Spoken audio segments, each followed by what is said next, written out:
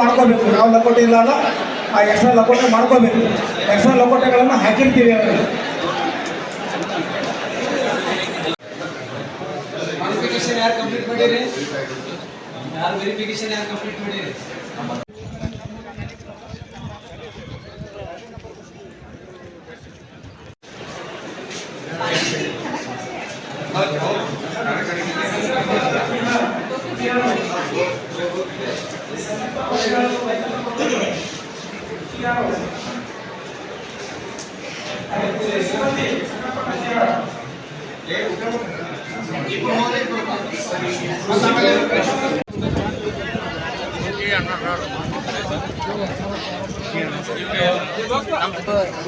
ಯಾರು ಮಾತ್ರ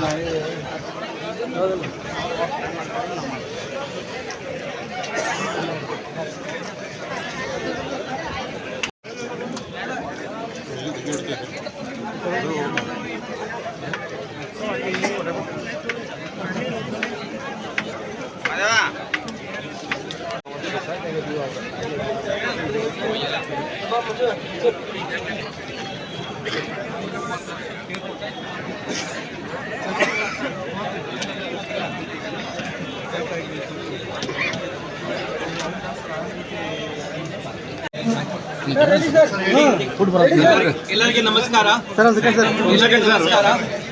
ಇವತ್ತು ನಾವು ಟೀಮ್ ಮಸ್ಟರಿಂಗ್ ಸೆಂಟರ್ ಅಲ್ಲಿ ಇದ್ದೀವಿ. ನಮ್ಮ ಪೊಲೀಸ್ ಸಿಬ್ಬಂದಿ ಕೂಡ ಎಲ್ಲ ಇಲ್ಲಿ ಬಂದಿದ್ದಾರೆ.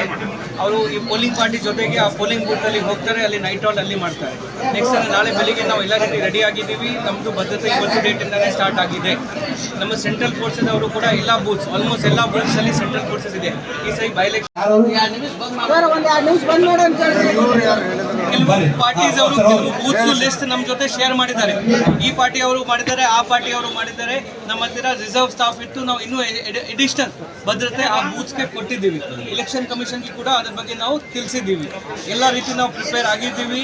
ಯಾವುದು ವ್ಯಕ್ತಿ ಯಾವುದು ನ್ಯೂಸೆನ್ಸ್ ಮಾಡೋಕ್ಕೆ ಹೋದರೆ ಅಥವಾ ಕಾನೂನು ಎಲೆಕ್ಷನ್ ಕಮಿಷನ್ ಏನು ಗೈಡ್ಲೈನ್ಸ್ ಇರುತ್ತೆ ಅದು ವೈಲೇಟ್ ಮಾಡೋಕ್ಕೆ ಹೋದರೆ ಅದನ್ನು ಸ್ಟ್ರಿಕ್ಟಾಗಿ ಆ್ಯಕ್ಷನ್ ತಗೋತೀವಿ. ಈಗ ಏನು ಆ್ಯಕ್ಷನ್ ಇದೆ ಅದು ಸ್ಟ್ರಿಕ್ಟಾಗಿ ನಾವು ಆ್ಯಕ್ಷನ್ ತಗೋತೀವಿ. ನಮ್ಮ ಭದ್ರತೆ ನಮ್ಮ ಎಲೆಕ್ಷನ್ ಇವತ್ತು ಡೇಟಿಂದಾನೇ ಸ್ಟಾರ್ಟ್ ಆಗಿದೆ. ಆ್ಯಕ್ಚುಲಿ 15 ದಿವಸ ಯಾವಾಗ 15 ಮಾರ್ಚ್ಗೆ ಸ್ಟಾರ್ಟ್ ಆಯಿತು ಆ ದಿನವೇ ಸ್ಟಾರ್ಟ್ ಆಗಿದೆ. ನಾವು ಎಲ್ಲರೂ ನೆಕ್ಸ್ಟ್ 2 ಡೇಸ್ ಅಪ್ ಟು ಪೂರ್ತಿ ವೋಟಿಂಗ್ ಪ್ರೊಸೆಸ್ ಮುಗಿದ ತನಕ ಫೀಲ್ಡಲ್ಲಿ ಇರ್ತೀವಿ. ಯಾವುದೇ ಕಾರಣಕ್ಕೆ ನಾವು ಬೇರೆ ನ್ಯೂಸನ್ನು ಮಾಡೋಕ್ಕೆ ಅವಕಾಶ ಕೊಡೋದಿಲ್ಲ. ಓಕೆ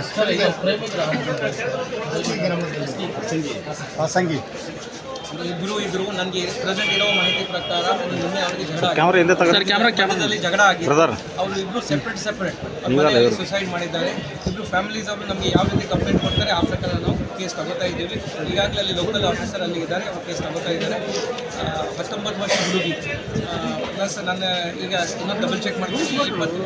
22 ವರ್ಷ ಹುಡುಗಿ ಅವ್ರ ಮಧ್ಯದಲ್ಲಿ ಏನಾದರೂ ಮುಂಚೆ ರಿಲೇಷನ್ಶಿಪ್ ಇತ್ತು, ಬಟ್ ಏನು ಜಗಳ ಆಗಿದೆ ಅಥವಾ ಫ್ಯಾಮಿಲಿ ರೆಡಿ ಆಗಲಿಲ್ಲ. ಅದೇ ಕಾರಣ ಅವರು ಇಬ್ಬರು ಸೆಪ್ರೇಟ್ ಆಗಿ ಸುಸೈಡ್ ಅಟೆಂಡ್ ಮಾಡಿದ್ದಾರೆ. ಅದನ್ನು ವಿಚಾರವಾಗಿ ನಾವು ಕೇಸ್ ಮಾಡ್ತೀವಿ. ಮನೆಯದು ಇರ್ಬೋದು ಅಥವಾ ಇನ್ನೊಂದು ಹೇಳ್ತಾರೆ ಸಂಜೆ ಇವರು ಮಧ್ಯದಲ್ಲಿ ಜಗಳ ಆಯಿತು.